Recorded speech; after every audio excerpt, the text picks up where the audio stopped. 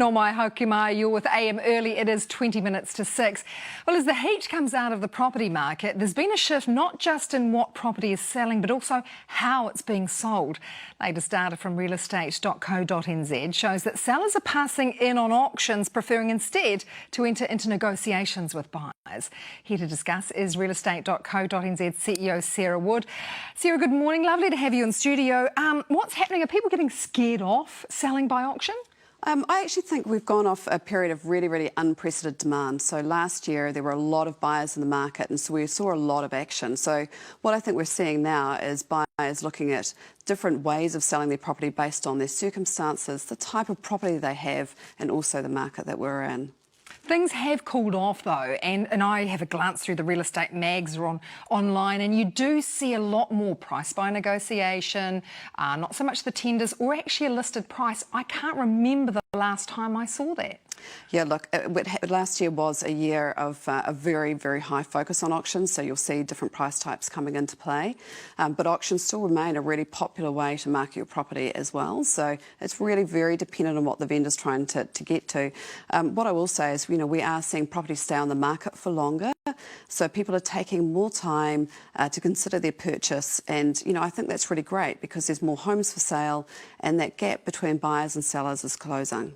Do you think there was an element of not buyer greed, but with an auction you do get people competing against each other and really no one knows what it's going to go for? Do you think that's been taken out of the market now because of all the other financial restrictions on buyers currently? I think it's very dependent on where you are. So I think auctions as a method of sale are a really great way for a vendor to get a cash unconditional settlement on a property very quickly, so it works really well in a high demand market. So you're still seeing auctions in market, it's just the nature of the market has shifted.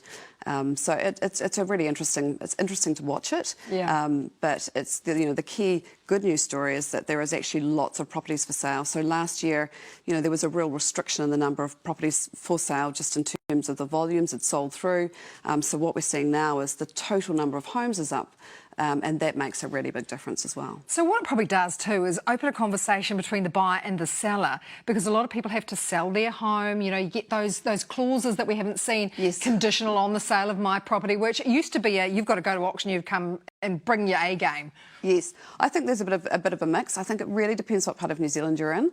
So there are some markets that are more traditionally focused in that negotiation space, and others in the auction space as well. So what we are seeing is lots of homes for sale, lots of options, and also that for vendors really focusing on marketing their properties well. So whether that's an auction or whether it's a price type, it's really focused on how to best sell that property. So how are they different? Like what areas are different and sell differently? Can you give us an example of that? So at the moment, when I think about Wellington as a market, we say that's sort of moved more into a buyer's market, and what that just means is there is a lot more properties for sale, and and with the demand that's in that market.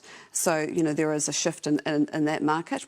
Yes, there are still buyers, but it's just the speed has changed, and also having options, the ability for vendors to look at options and consider their purchase, I think that makes a really big difference for them. So do you think perhaps in 12 months' time, crystal ball gazing, if the markets change, if God forbid, interest rates don't go up, do you think that could change again the dynamic and the landscape of how we purchase? Look, the market is a really difficult thing to predict, particularly looking over the last 2 years. But I think it's an interesting place where we are now.